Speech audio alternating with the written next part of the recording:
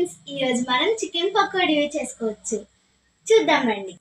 పావు KG chicken తీసుకొని కారం, పసుపు, ఉప్పు, మసాలా, కార్న్ఫ్లవర్, ఎగ్, అల్లం వెల్లుల్లి పేస్ట్ ఇవన్నీ వేసుకొని హాఫ్ అన్ అవర్ పక్కన పెట్టుకోవాలి. డీప్ ఫ్రైకి ఆయిల్ వేసుకొని ఉంచుకోవాలి. ఇప్పుడు మనం కలిపి పెట్టుకున్న చికెన్ని వేసుకోవాలి.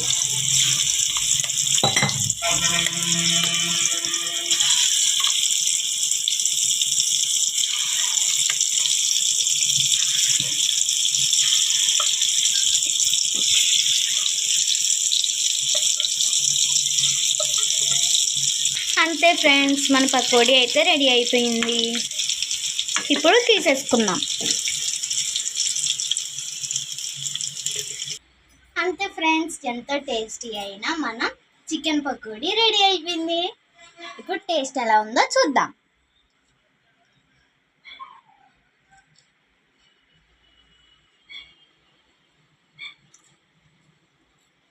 సూపర్ ఉంది. మీరు కూడా ట్రై చేసి కామెంట్ చేయండి. Thank you for watching. Bye bye.